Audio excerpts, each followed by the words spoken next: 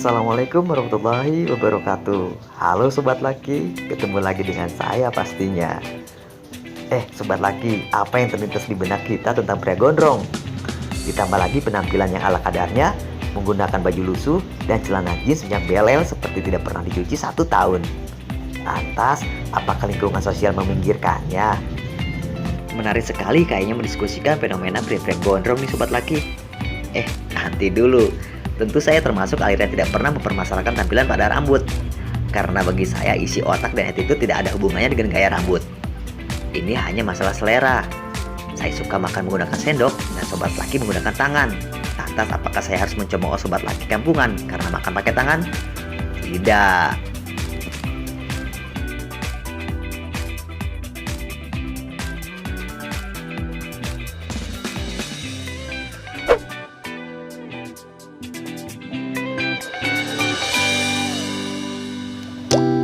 Sebenarnya kita mendefinisikan gondrong menggunakan referensi yang ada di kepala kita selama ini.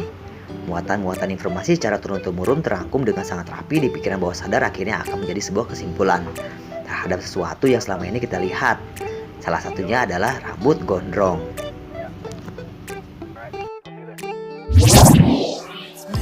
Sobat Laki tahu nggak? Saat presiden kedua berkuasa dulu, pemerintahan sempat dibuat cemas dengan munculnya tren rambut gondrong di kalangan anak muda loh. Pemerintah tidak ambil diam dan segera mengeluarkan larangan rambut gondrong bagi siapapun.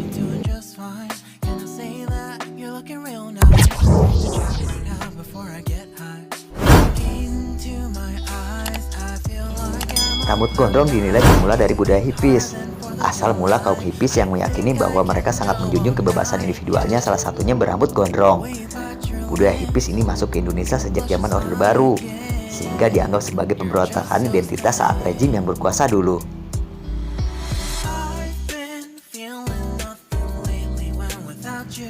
Pemerintah menganggap gondrong sebagai suatu aliran kiri, kejahatan dan label negatif lainnya. Sehingga pemerintah tidak ambil diam untuk menyiarkan pesan secara menyeluruh di berbagai media sebagai upaya terhadap pemberantasan rambut gondrong. Bahkan saat itu, pemerintah membentuk Badan Koordinasi Pemberantasan Rambut Gondrong atau disingkat Bakor Peragon. Segitunya.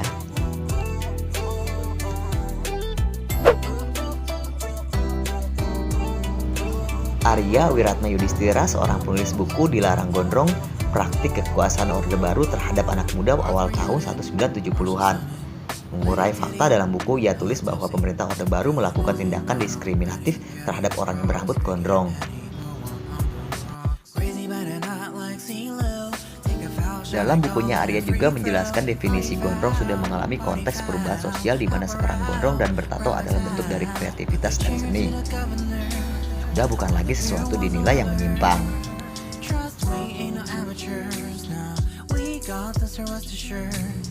Meski Orde Baru telah usai puluhan tahun lalu, namun warisan label negatif rambut gondrong masih ada hingga sekarang. Sering kita dapati aturan-aturan pemerintahan hingga pelayanan publik yang menolak melayani si rambut gondrong. Diskriminasi masih sentat terasa berbagai lini pemerintahan, sosial, dan masih banyak sektor menggunakan paham tersebut.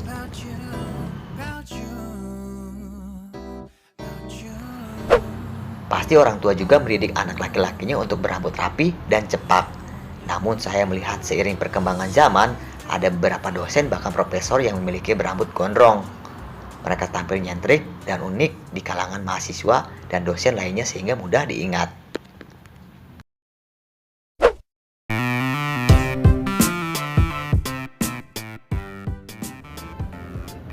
Nah, dosen-dosen ini seolah memang benar membuktikan salah satunya adalah tidak ada yang perlu dicemaskan dari pria berambut gondrong.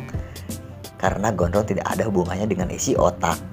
Selain itu, kini gondrong secara konteks sosial sudah dianggap sebagai suatu seni dan kreativitas dalam berpenampilan sehingga dirasa sudah tidak perlu dicemaskan lagi. Nah, lalu Sobat Laki suka model cepak atau gondrong? Mungkin itu sekilas gosipan kita kepada si rambut gondrong. Haha. Oke, saya udah Laki dan salam gondrong.